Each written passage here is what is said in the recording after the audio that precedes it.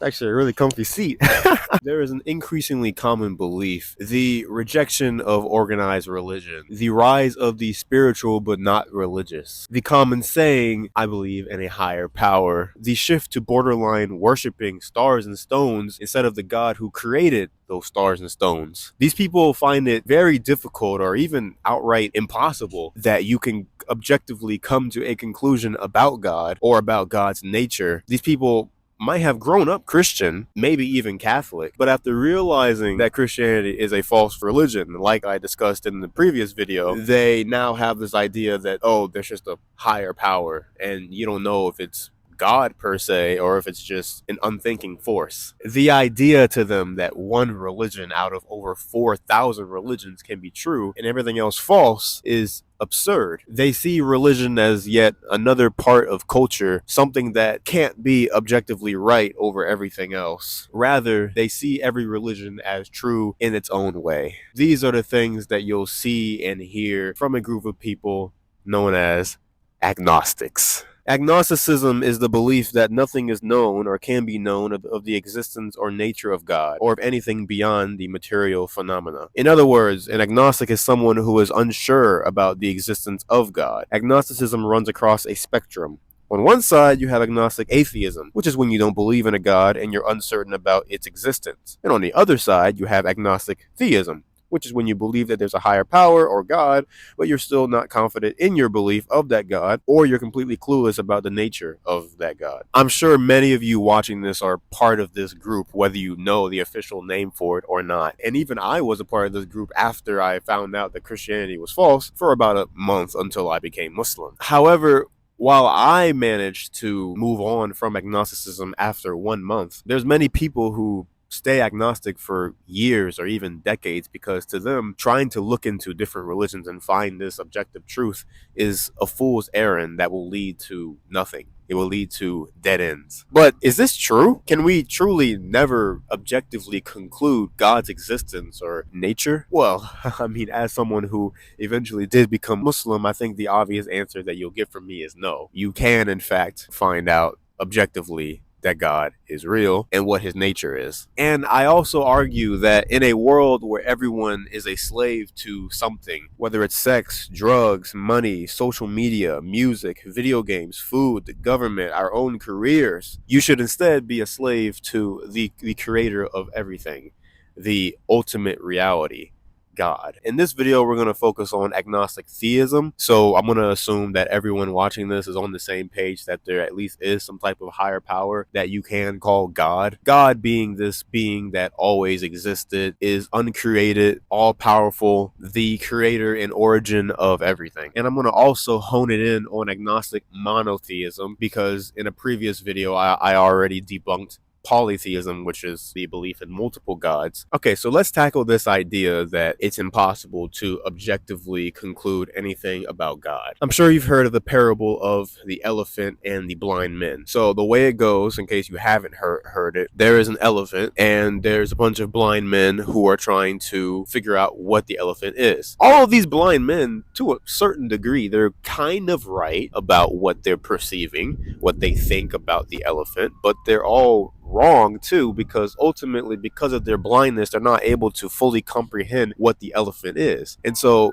in this metaphor, in this example, the elephant represents God, and then the blind men represent the world religions that are trying to perceive and understand God. Ultimately, because of our limited capacity to understand things, we are not able to understand this being that holds the fabric of reality between his fingertips, right?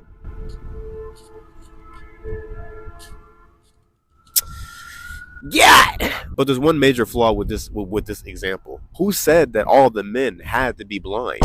I mean, is it not possible that one of the men could simply not be blind and then he could take a step back, see the elephant for what it is and say, all of y'all are wrong. It's clearly a giant beast. It is an elephant. And so similarly, is it not possible that there's one religion out there who's not blind, who does have the objective truth and can say God is X, Y, and Z. It is an assumption to say that that's not the case. The thing is, just because you can't scientifically conclude that there is or isn't a God doesn't mean that you can't use other methods to objectively conclude that there is or isn't a God. We praise and use science so much in the modern day. We treat it as the be-all, end-all way to come to the conclusion about the world around us. But the reality is science is limited to the physical, the tangible, the natural, the material. Science cannot deal with the metaphysical. This higher power has given us rational faculties. It has given us the ability to think, the ability to use deductive reasoning. And we come to conclusions based on logic all the time without having to use science. Probably the best example I have is the fact that you have a great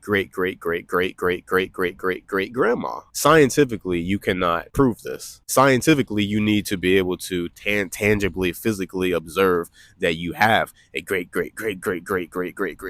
grandma. But how? Even without finding her grave and digging it up and getting the sample of the dirt and seeing her remains inside the dirt, even without doing all that, you still know that you have a great grandma, because logically you know that if you didn't have one, you wouldn't be here. The fact that we're able to logically conclude that we have an ancestor that goes that far back, similarly, you can conclude that there is a God and that without him, we wouldn't be here. None of this would be here. This grass, these leaves, this tree would not be here if it were not for God. My point is, if we can logically come to the conclusion without science that there is or isn't a God, or that you do or don't have an ancestor from 10 generations ago, does it not make sense then that you would also be able to do the same thing when it comes to the nature of God? Is God intelligent? There's some people who say that God could just be this force that created everything. The force doesn't really think, it just kind of does. The thing is, whenever you look at the world around you, you see intelligence. You see a creator that isn't just a force. It's a creator that intentionally put things the way that it is. A more tangible example would be the fact that this microphone right here is picking up my voice and is Bluetoothing it back to this camera. It would be really absurd, crazy, stupid even, for you to say that over the course of millions of years, this was created by a bunch of dust just smashing together in a certain way to where, boom, now you have the microphone. This piece, the little clip, the little plug-in right here, the light, all of it was thanks to some dust just crashing together. This microphone was obviously created by someone who has some intelligence. It was created by a designer who intentionally designed to be the way that it is. Now imagine how much more complex is my ear. The microphone is able to pick up on my voice, and so is my ear. The ear can also pick up on the voice. For you to say that even the camera was created by dust just smashing together. Obviously the camera, when you look at it, you can see intelligent design. How much more complex are my beautiful eyes? We know that there is a God, and we're able to use our logic to come to that objective conclusion. Religion tells us about that God, or at least it tries to. Like I said, all of them except for one are the blind man trying to feel the elephant. Now it's just up to you to figure out which one of those men is not blind. But why go through the hard work of doing that? Maybe it's possible that God cares about how we're living our lives. This is not just some random guy who cares about how you're living your life, and he's either supporting you or he's a hater. This is the being who holds the fabric of reality between his fingertips. If he cares about how you're living your life, you might want to make sure you're living life the way that he wants you to. If this life has terms and conditions, then you should probably figure out what they are and then read them and then abide by them. And it would only make sense that if God does care about how we're living our lives, he would send down some type of instruction manual, some type of handbook that gives us some clues or even really blunt ideas of do this, do that. And it would only make sense that this handbook, this instruction manual,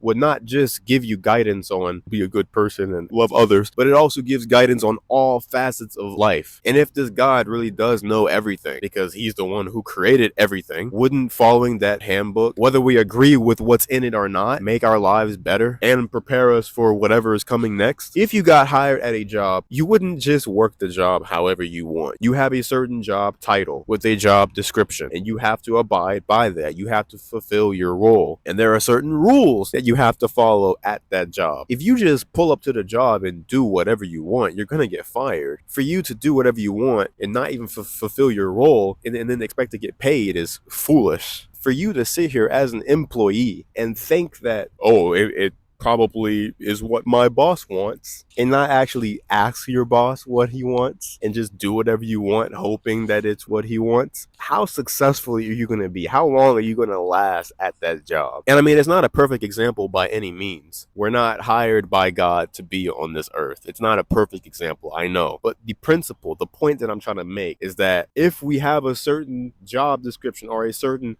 purpose that we're supposed to live by and we're not doing it and we're just living life however we want, hoping that what we're doing corresponds with what he wants without actually asking him, without actually trying to figure out what he really wants from us, are we actually gonna be successful? Are we actually going to get the good outcome? I mean, how much time do we spend in life thinking that our idea of right and wrong must be what he thinks is also right and wrong? There are people who think that eating animals, that killing and eating animals is wrong. There are people who say, I'm finna eat that. There are people in America who can't fathom eating dogs. And there's people on the other side of the world who are chopping that thing up by it. You know what I'm saying? These are very shallow examples, but it goes to show you that if we humans can disagree with each other on right and wrong, can God not also disagree with us? Can God not also look at us and be like, and you're just sitting here living life chilling like, oh, I must be good. I must be on the right path. Like, bruh, how do you really know that? Are you really okay with being an agnostic without having any real certainty about anything that I'm saying? Don't you want to find out what God wants so that you can make sure you're on the right path, so that you can make sure that you're doing what you're supposed to do, so that you can make sure that you're fulfilling your purpose and preparing for whatever comes next? Or are you really that content with just living however and oh, we'll see? To live this life and not care about if there is a next life determined based on how we live this life is the same thing as a 15-year-old kid. Oh, we're just chilling now. Oh, we good. I'm going to play the game for 14 hours a day and not study, not do my homework. I'll fail the test, but I don't care because I'm playing Overwatch. But then that same kid who's doing that, who's just playing the game all day and flunking his tests, well, shoot, whenever it comes time to go to college or whatever comes next, bro's about to have a hard life. About to have a hard life. Your GPA, your grade point average is trash. Instead, the kid should focus on his grades, should focus on school, should focus on his future so that he can have an easier life. Now you, as an adult, you're no different if you're just sitting here in this life. Oh, we chilling now. We going to the club, getting lit. I'm out here hosting kickbacks. Got me some Henny. Got me some Smirnoff, you know what I'm saying? And doing whatever else. You think you're good. All you're doing is just setting up your next life to be bad. If there is a next life. Again, as an agnostic, you don't know. You might think there's probably not a next life. But then when you find out, you know what I'm saying? I think most folks know that there is a next life. Because most folks be out here saying, whenever homeboy dies, rest in peace, he's resting easy now. In reality, bro might be going through it because of how he was living life. You don't know. You're just assuming out here. There's buku assumptions going on out here, man. But let's not be so negative. It is also entirely possible that God is the most merciful being. And even if you have been living life trash this entire time, it is a huge assumption for you to say, oh, it's too late for me. No amount of turning back to God and trying to live life however he wants me to live is gonna fix all this screwed up life I've been living so far. Huge assumption. For all you know, by you turning back to God and trying to live life exactly how he wants you to, that could very well be the thing that causes him to forgive everything. And what makes you think that God, the master of everything, can't do that? It is a huge assumption and an insult to him to say that he can't.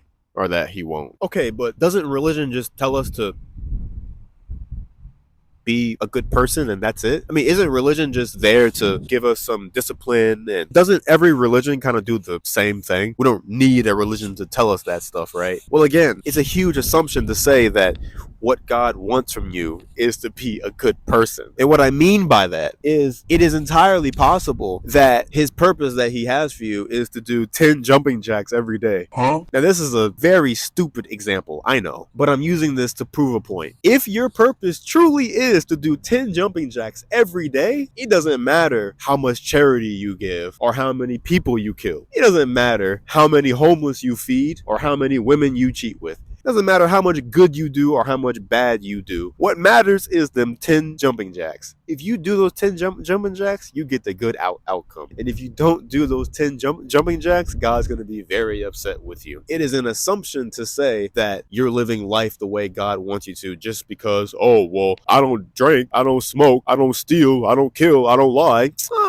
God could be indifferent to all of this, but then still want you to do 10 jumping jacks. I want you to do whatever else. Religion is not here to give you fulfillment in life. It is not here to give you some type of self-discipline. It is not here to help you cope with death. It is not here to agree with your socioeconomic and political opinions. Religion is here to guide you towards fulfilling the purpose that God gave you. And sure, we can sit here all day and say, who's to say, who's to say, who's to say? But unless you actually go out there and do the research, you're going to be saying, who's to say, until the end of time, and then you're going to find out for real. Unless you actually care about the next life and about potentially failing or succeeding and living life the way you're supposed to, you're just setting yourself up for failure. You are intoxicated by the fleeting enjoyment of this illusory life. Even if you used to be religious, you used to be Christian or whatever, and you have given up, you have seen that Christianity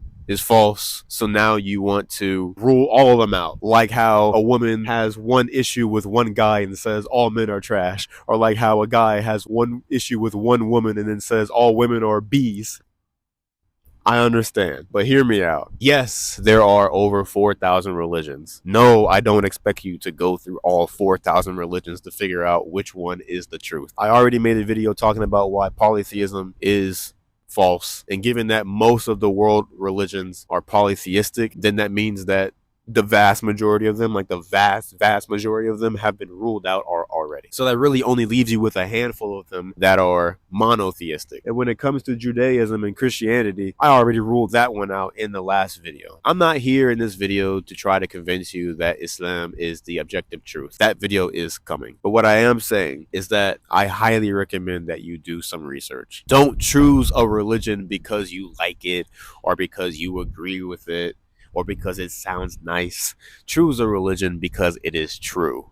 Objectively true. Don't choose a religion because you think you heard a voice or because you think you had a dream or you think you saw a light. Use that brain of yours to figure out who God is and what he wants from you. I know you can. Now is the time that we check back in with our creator and figure out if we're on the right path and if we're doing good or if we're destined for failure. This is not something to put off until tomorrow or next week or next month or next year or next decade or until you've already lived that good life, you know what I'm saying? And then once you get old, then you'll figure it out. No, this is something that cannot wait because truly,